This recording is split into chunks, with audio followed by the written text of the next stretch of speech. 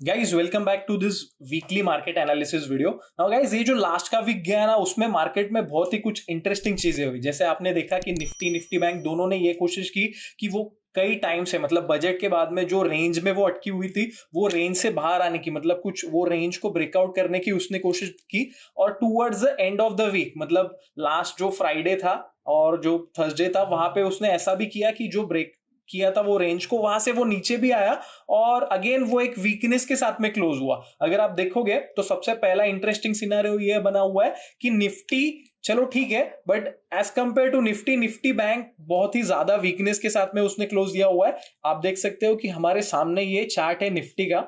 Just second में यहाँ पे इसको यस आप देख सकते हो कि निफ्टी का ये चार्ट है आर्ली का। तो निफ्टी ने जो इसका राइजिंग ट्रेंड लाइन बनाया हुआ है वो उसने अभी तक होल्ड किया हुआ है। बट वेयर एज अगर आप निफ्टी बैंक देखोगे तो निफ्टी बैंक ने एज कंपेयर टू निफ्टी एक वीकनेस के साथ में क्लोज दिया। ये इसका 15 मिनट का चार्ट है और यहाँ पे हम लोग देख सकते हैं कि ये जो इसका राइजिंग ट्रेंड लाइन बना था तो उसका इसने मतलब थर्सडे के सेशन में एक ब्रेकडाउन दिया था। उसके बाद में फ्राइडे के सेशन में तो वो मूवमेंट के साथ में और ज्यादा वीकनेस के साथ में ये किया हुआ ना। नाउ गाइज हमें यहाँ पे ये समझना है आज के वीकली मार्केट एनालिसिस वीडियो में हम लोग लेवल्स भी देखेंगे कि ये वीक के लिए क्या इंपॉर्टेंट लेवल्स रहेगी, किसके ऊपर जाने के बाद में मार्केट बुलिश हो सकता है या फिर क्या लेवल टूटने के बाद में और प्रॉफिट बुकिंग आ सकती है। बट अपार्ट फ्रॉम दिस हम लोग ये समझने की कोशिश करेंगे कि मार्केट में किस तरीके से साइकोलॉजी अभी चल रही है और किस तरीके से मोमेंटम हो रहा है। निफ्टी बैंक एक दूसरे के थोड़े जरा ज्यादा अपोजिट में चल रहे हैं तो यहाँ पे ऐसा ये सिनारियोज में हमें क्या करना चाहिए या फिर ये सिनारियोज जनरली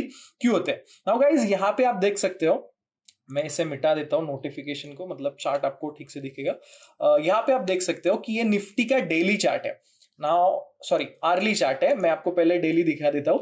डेली में आप देख सकते हो कि जब मार्केट में जब अडानी का हिंडनबर्ग का रिपोर्ट आया था उसके बाद में ये कैंडल बनी थी और उसके बाद में मार्केट गिरा था, वो टाइम पे मार्केट ने एक ये राइजिंग चैनल बनाया हुआ था एंड उसके बाद में इसके ब्रेकडाउन के बाद में एक अच्छा खासा इसने डाउन साइड दिया। नाउ ये एक सिनारियो रहता है जब भी राइजिंग चैनल बनता है और जब भी वो राइजिंग चैनल ब्रेक होता है ना तो उसके बाद में एक अच्छा खासा प्रॉफिट बुकिंग आता है। आप यहाँ पे भी देख सकते हो ये भी एक राइजिंग चैनल बना है, उसके बाद में ब्रेक करने के बाद में अच्छा खासा नीचे में आया। अभी अगर आप देखोगे तो डेफिनेटली यहाँ पे भी एक राइजिंग चैनल बना हुआ है निफ्टी में। अगर वो ब्रीच करता है तो यहां से प्रॉफिट बुकिंग आ सकता है। बट ये राइजिंग चैनल में और ये राइजिंग चैनल में क्या फर्क है, तो फर्क ये है कि ये जब राइजिंग चैनल बन रहा था तब मार्केट ऊपर से नीचे आया हुआ था, मतलब नीचे आया हुआ था और यहां पे आप समझिए ये चीज को कि नीचे से ऊपर आया था। तो अगर ये ब्रीच करता है तो उसकी इंटेंसिटी बहुत ज्यादा होगी क्योंकि वो नेगेटिव फ्लैग की तरह भी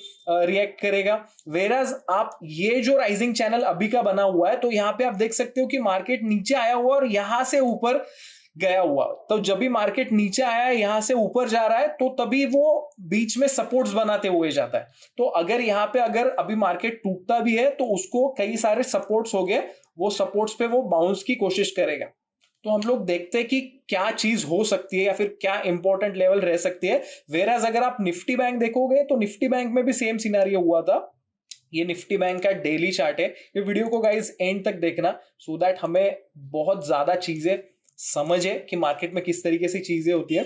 अगर आप यहाँ पे निफ्टी बैंक देखोगे तो निफ्टी बैंक ने भी ये जो राइजिंग चैनल था तो इसके ऊपर ब्रेकआउट दिया हुआ देने की कोशिश कर रही थी। बट वो दो सेशन में वहां पे इसी रेजिस्टेंस में लग के फाइनली जब सॉरी हिंडनबर्ग की चीज हुई थी या फिर वो रिपोर्ट आया था उसके बाद में मार्केट ने एक अच्छा खासा ब्रेकडाउन दिया था। और सेम सिमिलर सिनारियो आप देख सकते हो कि नीचे से ऊपर जाने के बाद में यहाँ पे थोड़ा फ्लैग फॉर्मेशन जब बन रहा था या फिर ये रेंज में जब कंसोलिडेट हो रहा था तो ये फ्राइडे के मतलब मैं आज फ्राइडे को ये वीडियो बना रहा हूँ। फ्राइडे को आप देख सकते हो कि मार्केट ने एक वीकनेस के साथ में क्लोज दिया हुआ है और यहाँ पे बहुत ज्यादा चांसेस बनेंगे कि यहाँ पे जो ये फ्राइडे के लोज है वो अगर मार्केट ब्रीच करता है तो फर्दर प्रॉफिट बुकिंग के सिनारियोज आ सकते हैं। ठीक है, अभी हम लोग इंपॉर्टेंट लेवल देखेंगे इस वीक के लिए कि क्या रहेगी। अगर आप निफ्टी का देखोगे तो निफ्टी ने करंट मतलब ये वीक में क्लोजिंग दिया 17,942। तो हम लोगों ने जैसे डिस्कस किया हुआ है दैट 17,860 इसका एक इंपॉर्टेंट सपोर्ट है। तो यहाँ पे मैंने ऐड किया हुआ है 17,860 17,830 की एक इंपॉर्टेंट सपोर्ट से अगर वो ब्रीच करती है तो हम लोग 17,650 की तरफ जाएंगे। नाउ ये लेवल्स को हम लोग समझ लेते हैं। यस, तो यहाँ पे आप देख सकते हो गाइस कि ये निफ्टी का आर्ली चार्ट है, एंड आर्ली में जैसे ये एक 17,860 17,880 वाला एक रेजिस्टेंस काफी टाइम से हम लोगों ने देखा था लास्ट वीक में कि ये एक एक्ट कर रहा है, इसको फाइनली मार्केट ने ब्रीच करके ये ऊपर गया हुआ था और ये बजट डे के हाइज भी निकाले थे, बट फाइनली जहां से पहले ब्रेकडाउन आया था ये जोन्स में जाके मार्केट अड़ा, और वी वर नॉट एक्सपेक्टिंग कि फ्राइडे के सेशन का जो मूव हुआ वो आएगा, बट फाइनली मार्केट ने हमें बिल्कुल भी कोई भी चीज को मार्केट में ना मतलब ये नहीं करना है, एंटिसिपेट नहीं करना है कि ऐसा होगा, ब्रेकआउट होगा। मार्केट जिस तरीके से प्राइसेस जिस भी डायरेक्शन में लेके जाता है तो हमें उस अकॉर्डिंगली रिएक्ट करना है। तो अभी यहाँ पे क्या सिनारियो हुआ है गाइस, निफ्टी में आप देख सकते हो कि निफ्टी में चलो at the end of the day Friday के सेशन पे मार्केट में थोड़ा बाउंस आया और ये एक इंपॉर्टेंट सपोर्ट्स उसने होल्ड किया 17,860 का। अभी गाइस 17,860 इसका एक डेफिनेटली इंपॉर्टेंट सपोर्ट है ये वाले जोन्स, क्योंकि ये राइजिंग चैनल जो बना हुआ है इसकी ये ट्रेंड लाइन का सपोर्ट है। अगर वो ब्रीच करता है तो मार्केट डेफिनेटली वहां से फर्दर प्रॉफिट बुकिंग बढ़ेगी, बट यहाँ पे एक सिनारियो आप ध्यान में रखना दैट ये जो बजट डे का हाई है तो इसी यहाँ पे हमारा ये सपोर्ट भी आ रहा है कि मतलब अगर आप फॉलिंग ट्रेंड लाइन वहां पे प्लेस करते हो तो यहां से इसने यहाँ पे ब्रेकआउट दिया, उसके बाद में यहाँ पे इसने रिटेस्ट करके ऊपर गया हुआ है, तो जब ये यहाँ से आएगा ये जोन में तो ये 17,860 एग्जैक्टली 17,860 ऐसा नहीं होता है, क्योंकि कभी कभार आप देखते हो कि इंपॉर्टेंट सपोर्ट्स रहता है वो ब्रीच करता है तो हम लोग एकदम बेरिश हो जाते हैं और उसके बाद में मार्केट वहां से थोड़ा नीचे आता है और फाइनली एक बड़ी वाली कैंडल भी बन जाती है। तो ये भी सिनारियो यहाँ पे बन सकता है, क्योंकि जैसे हम लोगों ने यहाँ पे डिस्कस किया कि ये जो राइजिंग चैनल है और ये राइजिंग चैनल में फर्क है, क्योंकि ये नीचे से बाउंस होके ऊपर गया तो नीचे में सपोर्ट जब भी नीचे आएगा तभी उसको सपोर्ट्स मिलेंगे। यहाँ पे वो केस नहीं था, सपोर्ट नहीं था, मार्केट 2 दिन स्ट्रेट नीचे आया था। अभी यहाँ पे आप समझिए दैट अगर ये यहाँ पे 17,860 17,830 की लेवल ब्रीच करता है तो फिर हम लोग समझ सकते हैं कि हाँ भाई ये कंप्लीटली मतलब ये जो रेंज थी उसके ऊपर ये जाने की कोशिश कर रहा था। तो यहाँ पे जो भी लोगों ने बाइंग किया था या फिर यहाँ पे जो भी लोग बायर्स टर्न आउट हुए थे, अभी मार्केट ने वो कंप्लीटली वो मतलब वो सिनारियो को निग्लेक्ट करते हुए मतलब सेलिंग का डिसीजन लिया है। तो यहाँ पे जो भी लोगों ने बाइंग किया हो ना गाइस तो वो सेलिंग करना चालू कर देंगे। तो वी कैन अंडरस्टैंड दैट जो लोग यहाँ पे बायर्स टर्न आउट हुए अगर वो सेलिंग करना चालू कर देंगे तो यहां से एक पैनिक सेलिंग आ सकता है और मार्केट और नीचे की तरफ जा सकता है। फिर वो केस में मार्केट 17,600 और 17,650 के यहाँ पे हम लोगों ने मेंशन किया हुआ है दैट ये 17,750 17,650 के इमीडिएट सपोर्ट्स की तरफ जा सकता है। अभी मैं यहाँ पे इमीडिएट सपोर्ट्स मेंशन किए हुए बट मार्केट वहां से भी फर्दर नीचे जा सकता है। 17,750 और 17,650 ये मैंने यहाँ पे किया है, बट मार्केट टूवर्ड्स 17,600 भी जा सकता है। एंड अगर आप देखोगे तो हमारे लिए ये इंपॉर्टेंट सपोर्ट्स रहेगा, बट इंपॉर्टेंट रेजिस्टेंस क्या रहेगा, तो इंपॉर्टेंट रेजिस्टेंस रहेगा निफ्टी के लिए जो फ्राइडे के सेशंस के उसके हाई थे 18,040 18,060 जोन। नाउ ये एज अ इंपॉर्टेंट रेजिस्टेंस क्यों काम करेगा, बिकॉज आप 15 मिनट के चार्ट्स में मैं विल सी दैट ये जो जोन है जब भी यहां से बाउंस आएगा तो जब भी मार्केट यहाँ पे एक गैप को इसने फिल किया हुआ था तो नाउ वो सपोर्ट था तो ये रेजिस्टेंस की तरह काम करेगा।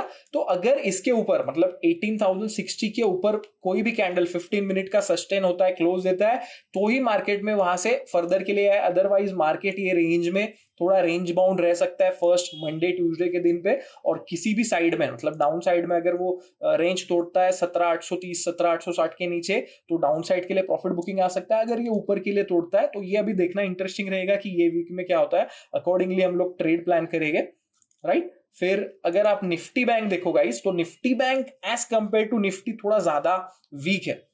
अब हम लोग यहाँ पे देख सकते हैं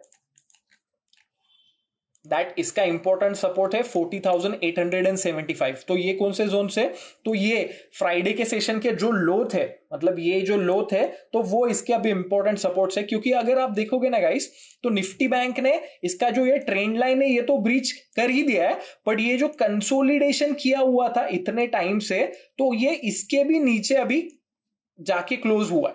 तो यहाँ पे ऐसा होगा कि ये जब भी अटेम्प्ट करेगा ऊपर जाने के लिए तो ये जोन उसको रेजिस्टेंस करके काम करेगा।